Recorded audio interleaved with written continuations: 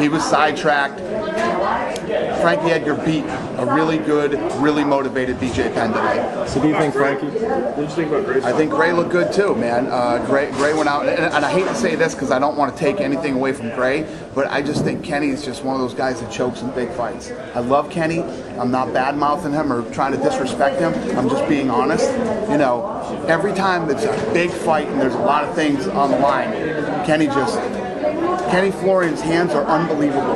Kenny Florian's ground is unbelievable. Kenny Florian usually kicks you to the body and the legs so hard that he busts guys up. You didn't see any of that tonight. He stood there and stared at Gray Maynard for 3 rounds. What about Frank? Even in the 3rd round, you'd think his corner would say, dude, you just lost the first 2 rounds.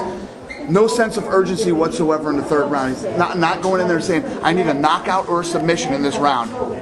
None of it. Nothing. You know? Now I guarantee you, Kenny comes back and fights one of the mid-level guys, he'll run through him like a fucking freight train. You know? But the big fights, he crumbles, man. Smart fight by Gray. I mean, he was patient. Didn't, caught some boos, obviously, maybe because he was a hometown guy. But Yeah, and I don't know if you guys noticed, but right in the beginning, 3 minutes into the 1st round when they finally fucking did something, Kenny Florian threw a punch at Gray Maynard, and you saw it around his eye the entire fight, just from the first punch. But Kenny Florian did not let his hands go tonight, did not use his legs, did not try to wrestle, did not try to do anything. Do you think Frankie will get his credit now? I mean, obviously he has it from you, but do you think the rest of the world will give it to him? I don't know how you don't.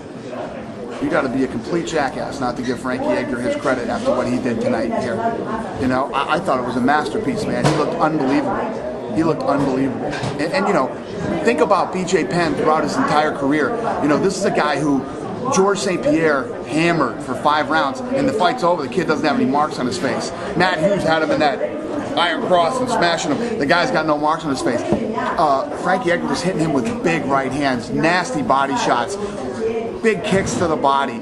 I remember when he showed the replay, when he kicks BJ's foot out from under him, BJ hit the ground hard, man. And when you're not expecting to hit the ground that hard and that high, that stuff hurts, man. I guarantee you he's not feeling too good today.